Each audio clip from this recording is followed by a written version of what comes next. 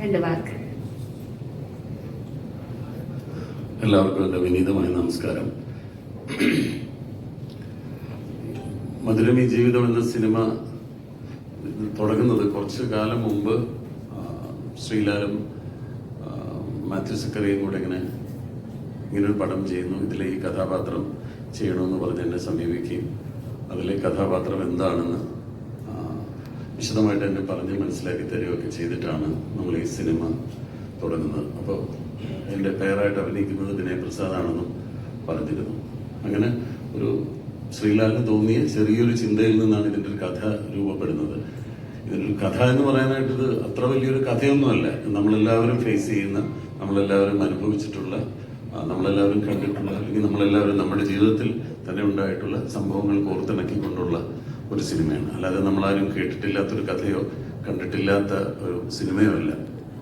നമ്മുടെ ജീവിതത്തിൽ എല്ലാവർക്കും ഇതിലുള്ള അനുഭവങ്ങൾ ഉണ്ടായിട്ടുണ്ടാവും. അതെല്ലാം ഒന്ന് നല്ല നല്ല വേഷങ്ങൾ ചെയ്തിട്ടുണ്ട്. അങ്ങനെ വളരെ കുറച്ച് ആളുകൾ ചേർന്നിട്ടുള്ള ഒരു, ബീരാകേഷ് പറഞ്ഞ പോലെ വലിയ താരനിരയൊന്നും ഇല്ല ഇതിനകത്ത്. താരങ്ങളല്ലാത്ത ചെറിയ ചെറിയ ആളുകൾ ചേർന്നുണ്ടാക്കിയ ഒരു കൊച്ചു സിനിമ ഈ അടുത്ത ദിവസം തിയേറ്ററുകളിലേക്ക് എത്തുകയാണ്. 17-ാം തീയതി അല്ലേ Sreelal?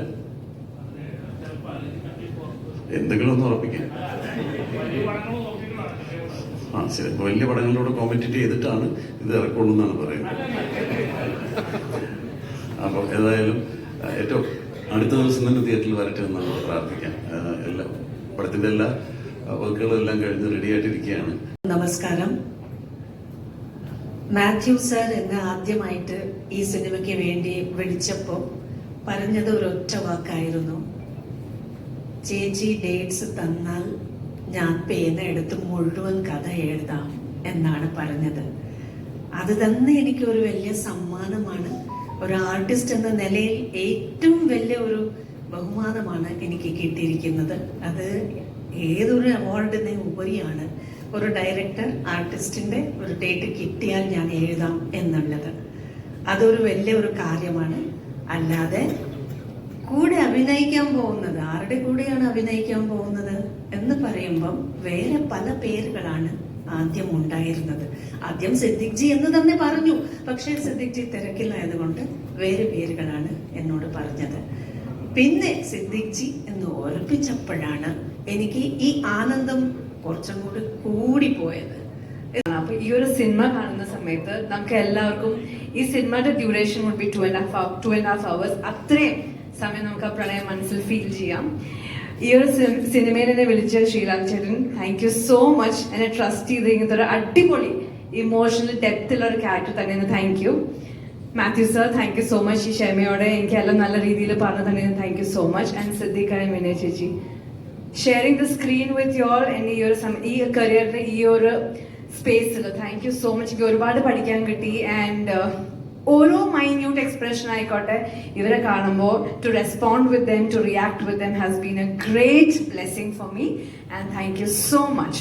Thank you for the patience and thank you everybody. നിങ്ങളെല്ലാവരും ഈ ഒരു സിനിമ നമ്മൾ എത്രമാത്രം ഡെപ്തോടെ നമ്മൾ എൻജോയ് ചെയ്തു, ആ ഒരു സെയിം എക്സ്പീരിയൻസ് നിങ്ങൾക്ക് എല്ലാവർക്കും തിയേറ്ററിൽ കാണുമ്പോൾ ഉണ്ടാവട്ടെ എന്ന് ഞാൻ പ്രാർത്ഥിക്കുന്നു. Thank you.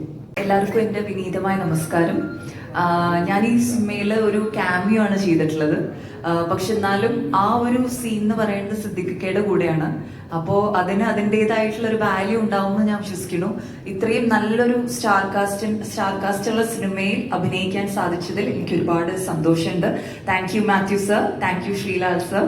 പൂജിത, ഈ സിനിമ ലവ് ഇസ് ടൈംലെസ് എന്ന് പറഞ്ഞ പ്രിൻസിപ്പിൾ വിളിച്ചോതുന്ന ഒരു സിനിമയാണ്. എല്ലാവർക്കും ഇഷ്ടപ്പെടും എന്ന് വിശ്വസിക്കുന്നു. എല്ലാവരും സപ്പോർട്ട് ചെയ്യണം, തിയേറ്ററിൽ പോയി കാണണം എന്ന് വിനീതമായി അഭ്യർത്ഥിക്കുന്നു. Thank you so much. Thank you so much. Vineeth. So this is my first film. ഞാൻ ആദ്യമായിട്ടാണ് ക്യാമറയുടെ ഫ്രണ്ടിൽ വന്നിട്ട് അഭിനയിക്കുകയും ഇന്റർവ്യൂ തരികയും എല്ലാം ചെയ്യുന്ന ആദ്യമായിട്ട് തന്നെയാണ്. സോ എനിക്ക് കിട്ടിയ ഏറ്റവും വലിയ ഭാഗ്യം എന്ന് വെച്ചാൽ ഇത്രയും എക്സ്പീരിയൻസ്ഡ് ആയിട്ടുള്ള ആക്ടേഴ്സുമായിട്ട് എനിക്ക് സ്ക്രീൻ ഷെയർ ചെയ്യാൻ പറ്റിയെന്നാണ് എൻ്റെ ഏറ്റവും വലിയൊരു ഭാഗ്യം. And the film is a very sweet film. ഇപ്പോഴത്തെ ഇറങ്ങുന്ന പടങ്ങൾ കണക്കല്ല, no hype, no nothing, but it's very sweet. It will leave a long lasting memory in your minds. എന്തായാലും ഈ ചിത്രത്തിന്റെ പേര് തന്നെ പോലെ ഒരു മധുരമുള്ള സിനിമയായിട്ട് മാറട്ടെ. ഇതിൻ്റെ പിന്നിൽ പ്രവർത്തിച്ച നിർമ്മാതാക്കൾ ഡോക്ടർക്കും ശ്രീലാലിനും അതുപോലെ ഡയറക്ടർക്കും മറ്റ് ക്രൂവിനുമൊക്കെ എല്ലാ വിജയാശംസകളും നേരുന്നു. Thank you.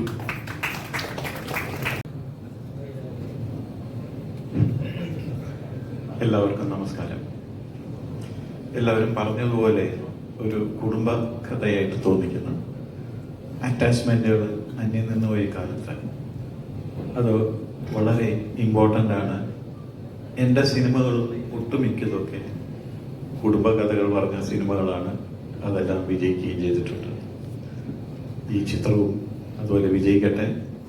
നിർമ്മാതാവിൻ്റെ സൈഡിൽ നിന്ന് പറഞ്ഞാൽ ജീവിതം മധുരമാകട്ടെ. നന്ദി, നമസ്കാരം.